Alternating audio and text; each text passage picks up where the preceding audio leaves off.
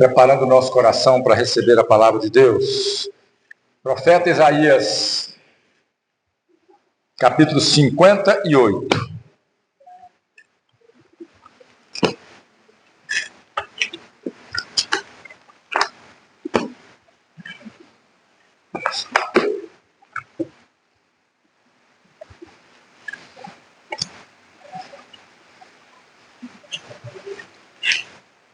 Isaías 58, capítulo todo, até o versículo 14. Mantenha a sua Bíblia aberta para ouvirmos a voz do Senhor. Clama a plenos pulmões, não te detenhas. Ergue a voz como a trombeta e anuncia ao meu povo a sua transgressão e à casa de Jacó os seus pecados. Mesmo nesse estado, ainda me procuram dia a dia. Tem prazer em saber os meus caminhos, com o povo que pratica justiça e não deixa o direito do seu Deus. Perguntam-me pelos direitos da justiça, tem prazer em se chegar a Deus, dizendo: por que jejuamos nós, e tu não atentas para isso? Por que afligimos a nossa alma, e tu não o levas em conta? Eis que no dia em que jejuais, cuidais dos vossos próprios interesses, e exigis que se faça todo o vosso trabalho. Eis que jejuais para contendas e rixas, e para ferides com punho iníquo. Jejuando assim, como hoje, não se fará ouvir a voz no alto. Seria esse o jejum que escolhi? Que o homem um dia aflige a sua alma, incline a sua cabeça como um junco, e estenda debaixo de si pano de saco e cinza? Chamaria tu a isto jejum e dia aceitável ao Senhor? Porventura não é esse o jejum que escolhi? Que soltes as ligaduras da impiedade, desfaças as ataduras da servidão, deixes livres os oprimidos e despedaces todo jugo? Porventura não é também que repartas o teu pão com o faminto, e recolhas em casa os pobres e desabrigados, e se vires o nu, o cubras, e não te escondas do seu semelhante?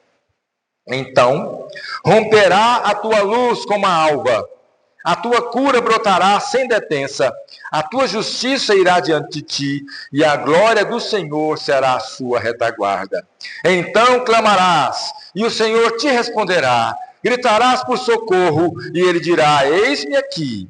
Se tirares do meio de ti o jugo, o dedo que ameaça, o falar injurioso, se abrires a tua alma ao faminto e fartares a alma aflita, então a tua luz nascerá nas trevas, e a tua escuridão será como o meio-dia. O Senhor te guiará continuamente, fartará a tua alma até em lugares áridos, e fortificará os teus ossos. Serás como um jardim regado, e como um manancial, as águas jamais faltam. Os teus filhos edificarão as antigas ruínas, levantarás os fundamentos de muitas gerações, e serás chamado reparador de brechas e restaurador de veredas, para que o país se torne habitável. Se desviares o pé de profanar o sábado, de cuidar dos teus próprios interesses no meu santo dia, se chamares ao sábado deleitoso e santo dia do Senhor, digno de honra, e o honrares não seguindo os teus caminhos, não pretendendo fazer a tua própria vontade, nem falando palavras vãs, então se deleitarás no Senhor. Eu te farei cavalgar sobre os altos da terra, e te sustentarei como a herança de Jacó, teu pai, porque a boca do Senhor o disse. Oremos. Senhor, aqui está a tua palavra, como palavra profética para as nossas vidas nesse momento. Fala aos nossos corações, Pai. Do meditar, Senhor, do meu coração, e as palavras da minha boca sejam agradáveis na tua presença, Senhor, minha rocha, meu redentor. Aleluia.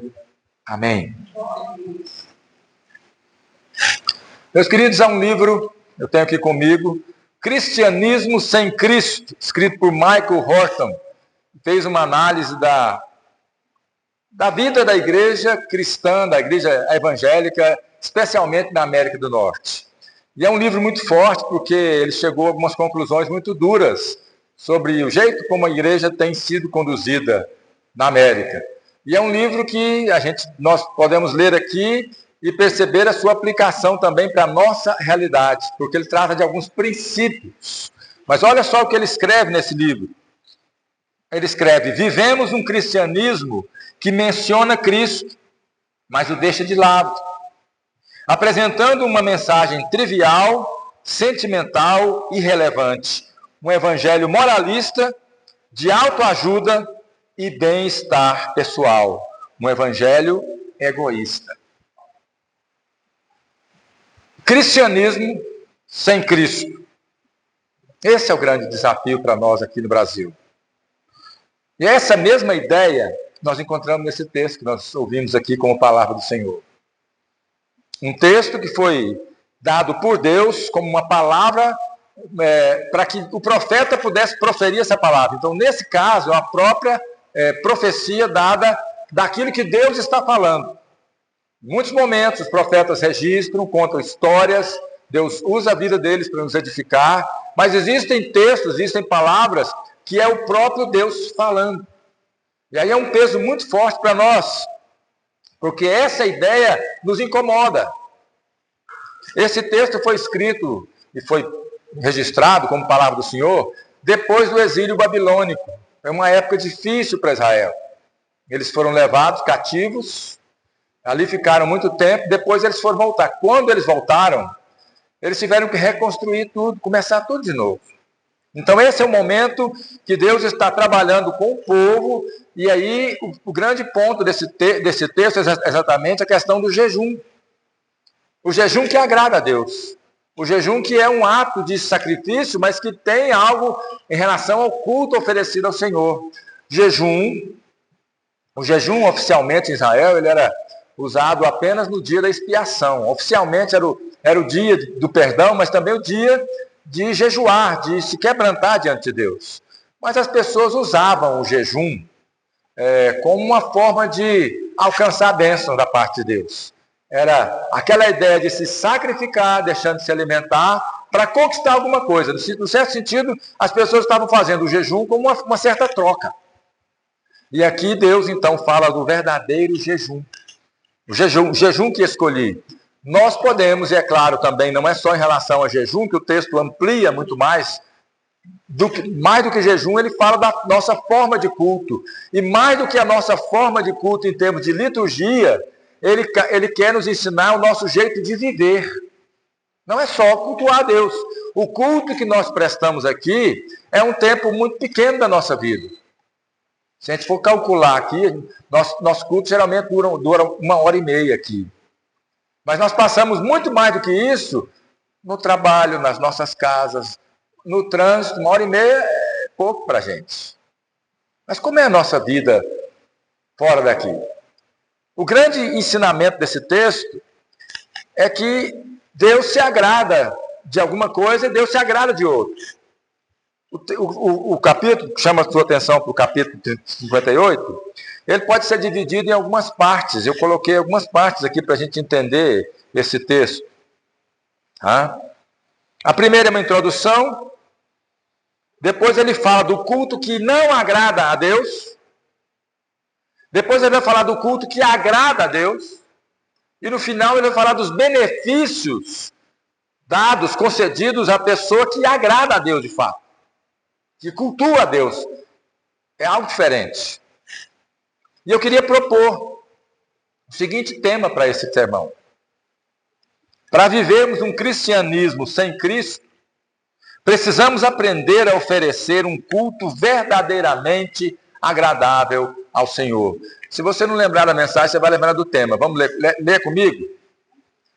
Para não vivermos um cristianismo sem Cristo, precisamos aprender a oferecer um culto verdadeiramente agradável ao Senhor. Mais uma vez, para fechar, para gravar.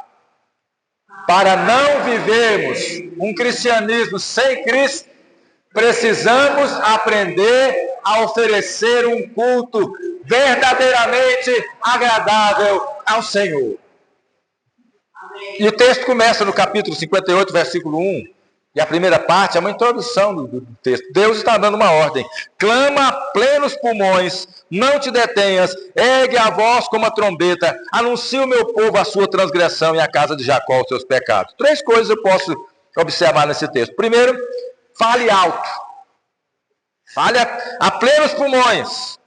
Isso é uma forma de anunciar algo que não é de maneira particular. Então, Deus não está trazendo mensagem só particularmente. Deus não está tratando com alguém. Deus está tratando com o seu povo. Então fale para todo mundo. É uma mensagem pública.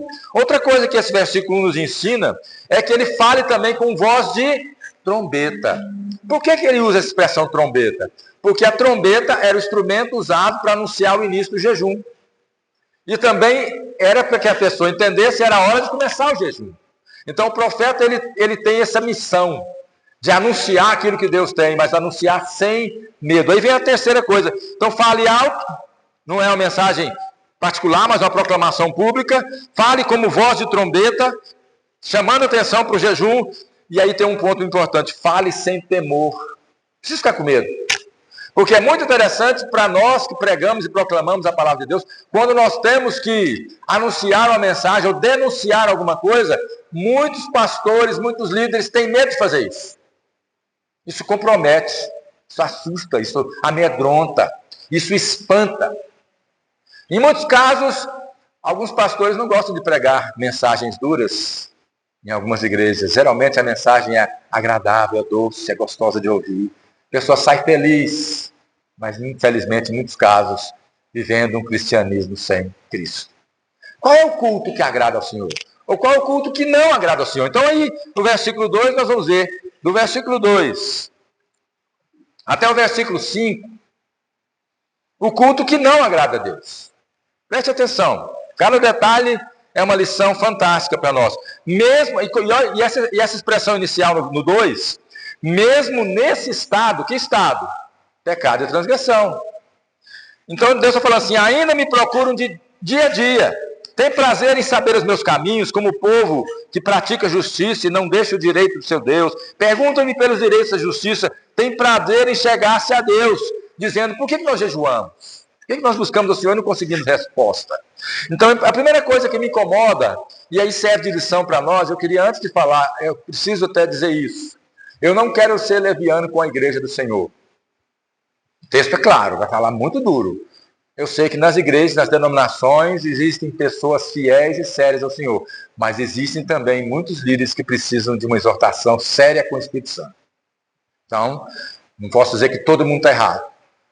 Queria também dizer para os irmãos que é importante para nós não só olharmos essa mensagem como se nós estivéssemos ouvindo uma crítica de Deus para as denominações.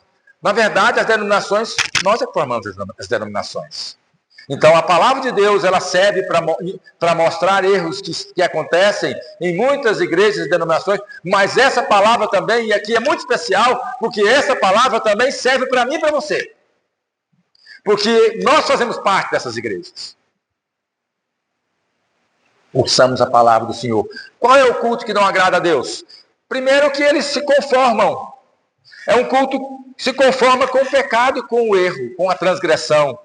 E aí é uma coisa impressionante que nós temos igrejas hoje que se conformam, que seguem o mesmo padrão, não de igreja, mas do mundo.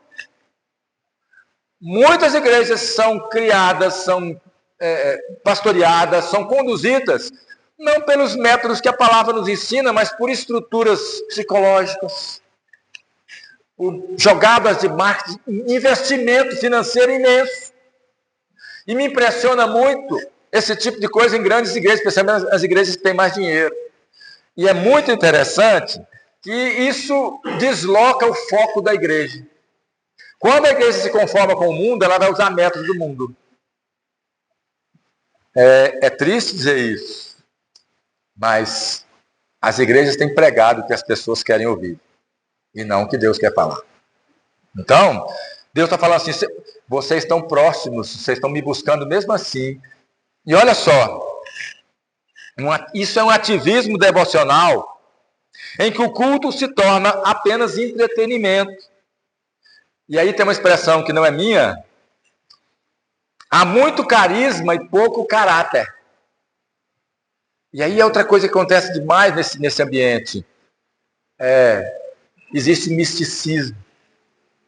Que pode, que não pode.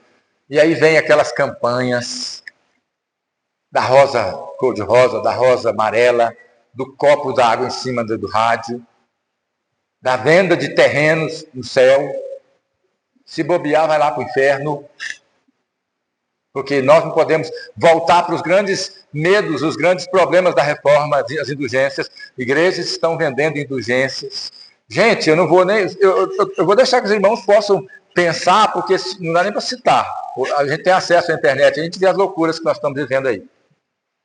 A igreja se conforma com o mundo e que tem um ativismo devocional que é apenas casca.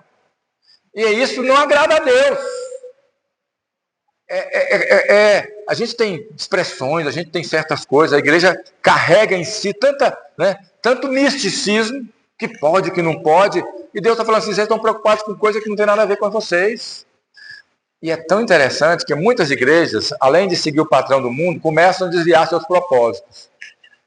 Tem igreja que está com um programa para emagrecer, tem igreja com um programa para enriquecer, tem um programa para casar, um programa para conhecer outra pessoa, um programa... Ou seja, isso até ele fala no livro, na América tinha muito isso. A igreja, com o tempo, vai perdendo o seu foco. Sabe o que enche a igreja? Sabe o que faz uma mocidade ser forte? É conversão. Eu não preciso pintar a parede de preta, jogar gelo seco e luz e dançar aqui para atrair jovem. Porque nós precisamos de conversão. Hoje nós estamos vivendo de deslocamento de crentes que saem de uma igreja para outra. Certo? Graças a Deus nós temos recebido aqui na nossa igreja pessoas que vêm de outras igrejas. E vêm com o coração ardente por tudo que Deus tem feito em nosso meio. É claro que nós de maneira equilibrada podemos falar isso, mas o que nós vemos e observamos é que a igreja tem criado atrativos para trazer gente para a igreja. Bonitinho, vem cá, aqui é tudo legal. Eu tinha uma história em São Paulo, algum tempo atrás, uma igreja colocou um cartaz assim na porta, promoção do dízimo, 9%. Aqui você paga só 9%, quer dizer, é liquidação da fé, que brincadeira é essa? Ou seja, a igreja tem perdido o foco. Esse culto não agrada ao Senhor. E isso incomoda muito. O texto ainda vai mais. Um culto oferecido a Deus como moeda de troca. Isso vem do paganismo. Querer agradar a Deus para dar chuva. Querer agradar a Deus para não ter doença. Era o que se fazia antigamente. Aí eles faziam sacrifícios, faziam certos rituais para agradar um ser maior para que pudesse trazer chuva, trazer coisa boa. E é isso que tem acontecido em muitas igrejas e acontecido às vezes conosco. Às vezes nós nos esforçamos, buscamos ao Senhor e agora Deus vai me abençoar. Porque se eu estou fazendo a minha parte, Ele vai fazer a dele. Faz a tua parte e eu te ajudarei, né? Aquele versículo que não está na Bíblia. Mas eu tenho que, de fato, fazer o meu papel. Só que eu não posso forçar isso em cima de Deus. Porque eu tenho que ser fiel.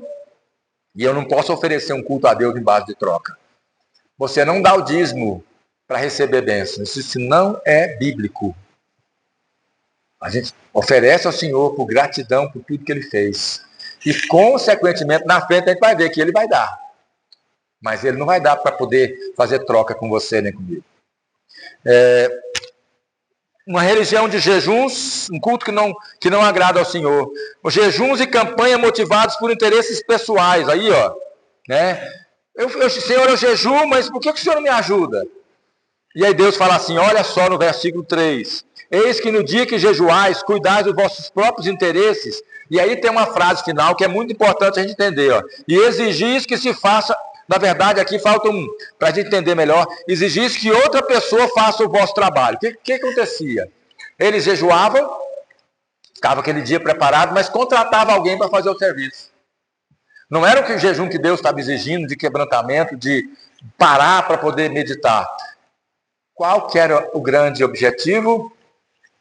Lucro. Eles não podiam parar. É como se a pessoa tivesse uma lojinha. Não, hoje eu estou de jejum, mas o meu empregado vai trabalhar mais do que precisa. E vai ser oprimido por isso. Se não trabalhar, manda embora. Esse é o jejum que agrada ao Senhor? Um jejum que é objetivo, assim, que tem objetivo a nos trazer riquezas. É impressionante a questão financeira hoje nas igrejas. Igrejas se abrem, começam, desenvolvem, e muitas delas são motivadas por questão financeira. A gente não gosta de falar disso. Eu sei de pessoas que, às vezes, vêm na nossa igreja ou passam por aí, mas eu percebo que o coração está fechado, e uma das coisas que mais atrapalha, mais impede as pessoas a buscarem verdadeiramente a Deus, é o fato de observarem igrejas que têm o foco apenas no dinheiro. Meus irmãos, tem pastor com helicóptero, com jatinho, pastor com carros riquíssimos, com relógios caríssimos, pastoras com bolsa, não vou lhe falar a marca, porque ninguém não está dando o dinheiro, que vocês já sabem o que eu estou falando. Tem gente na liderança vivendo à custa de pessoas humildes que dão o seu dízimo. E que dão o seu dízimo a Deus, e que são fiéis ao Senhor, e o Senhor tem abençoado. O peso maior, e aí a última coisa que eu falo do culto que não agrada a Deus, é a importância de uma liderança fiel. Aqui o texto não fala claro, mas se eu perguntasse assim, se o povo de Deus está cultuando errado, de quem é a culpa? Inicialmente, de quem é a culpa? Dos líderes. A culpa, e Deus coloca esse peso nos líderes. Olha, se a gente for ler todos os profetas, eles falam da importância de serem liderados por pastores fiéis, por sacerdotes que não se vendiam. Isso é muito forte nos dias de hoje. Eu queria ler um texto do Novo Testamento, que é a palavra do apóstolo Paulo. 1 Timóteo, capítulo 6, 3 a 10. Olha esse texto. 1 Timóteo, capítulo 6,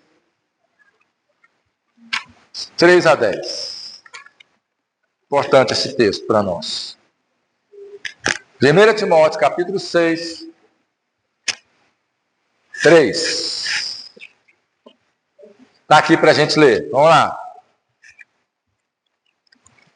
Se alguém ensina outra doutrina e não concorda com essas palavras do nosso Senhor Jesus Cristo e com o ensino segundo a piedade, é infatuado, nada entende, tem mania por questões e contendas de palavras que nascem inveja, provocação, difamações, suspeitas malignas, altercações sem fim por homens cuja mente é pervertida e privados da verdade, supondo, olha só isso, supondo que a piedade é fonte de lucro. Uma pessoa fragilizada pela circunstância, ela acaba sendo totalmente frágil na mão de um bandido, que se diz pastor ou pastora. Pessoa humilde, ela não tem como se defender desse tipo de lobo.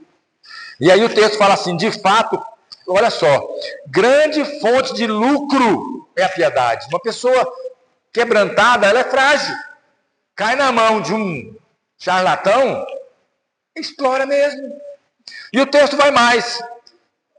Porque nada temos trazido para o mundo, nem coisa alguma podemos levar dele.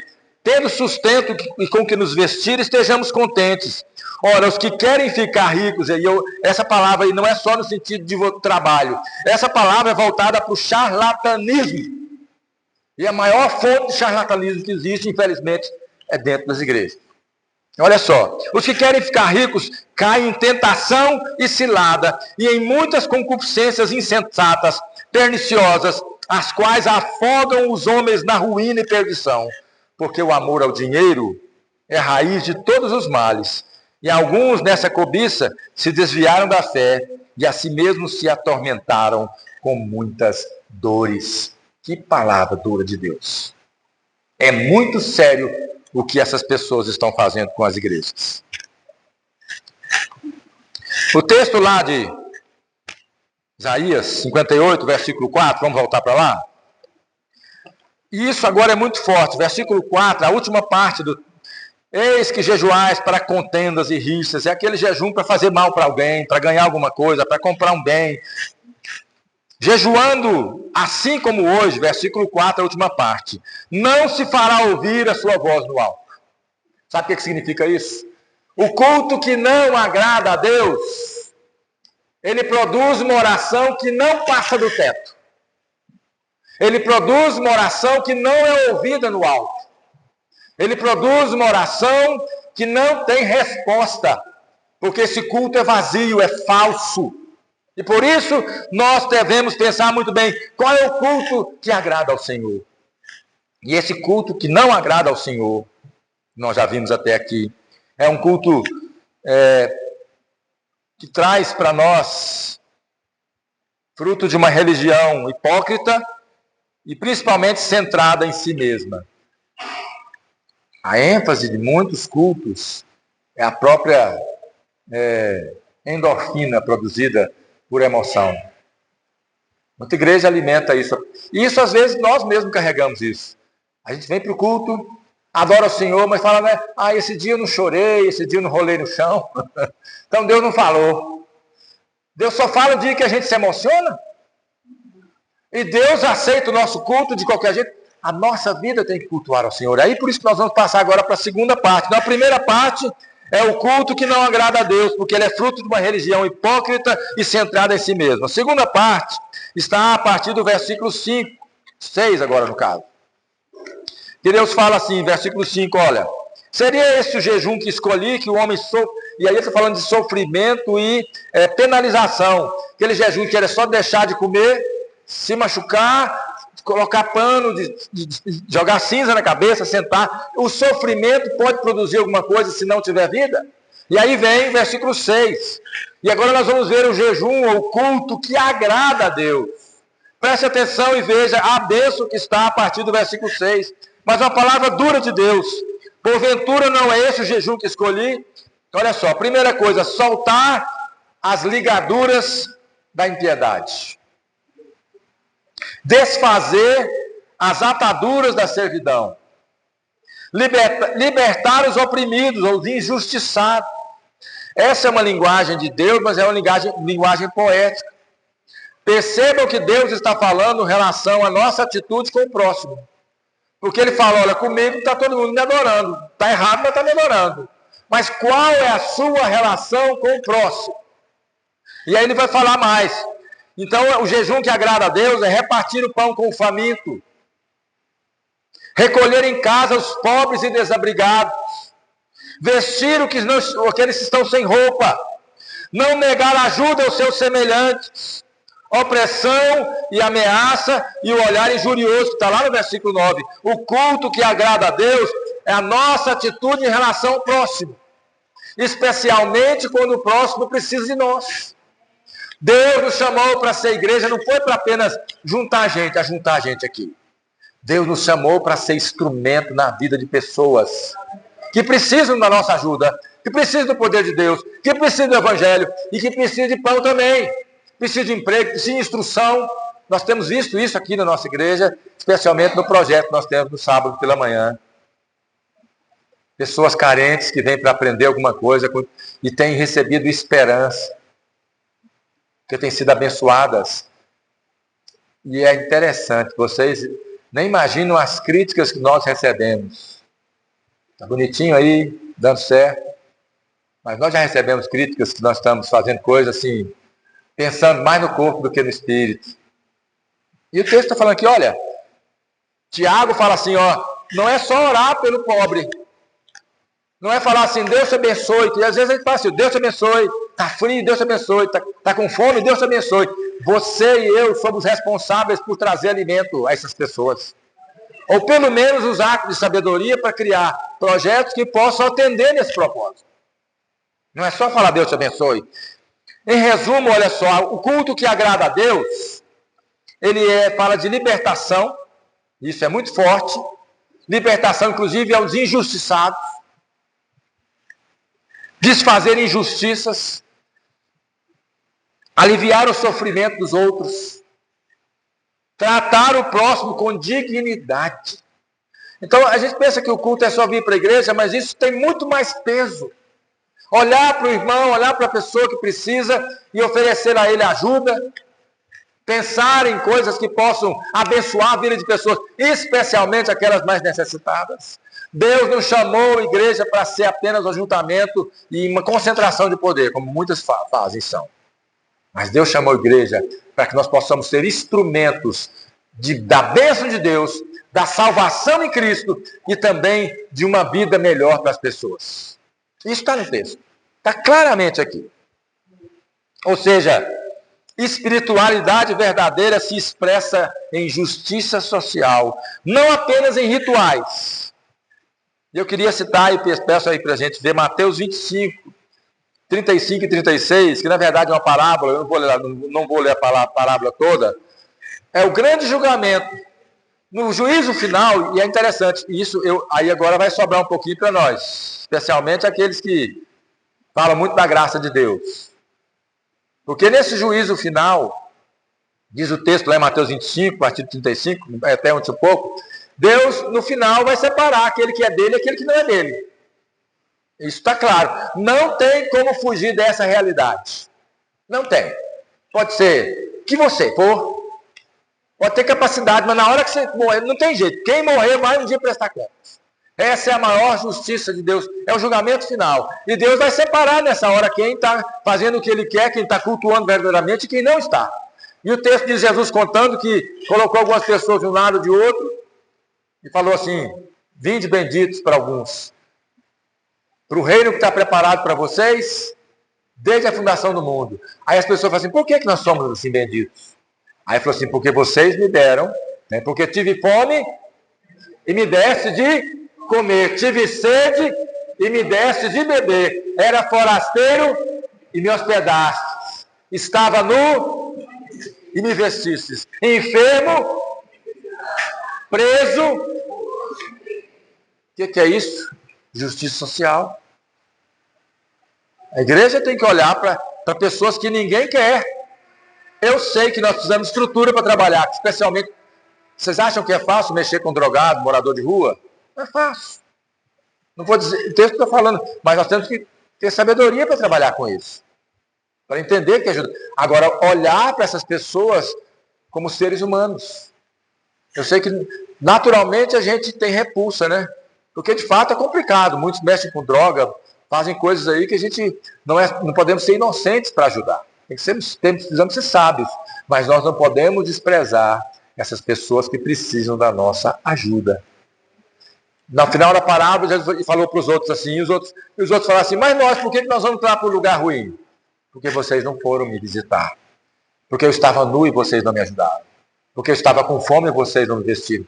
E aí, Jesus fala assim, toda vez que vocês alimentarem, vestirem, cuidarem de pessoas que precisam, vocês vão estar cuidando de mim. Esse é o resumo da história. Quem ajuda como é que é os pobres, a Deus empresta. Não está claramente na Bíblia, mas no Provérbios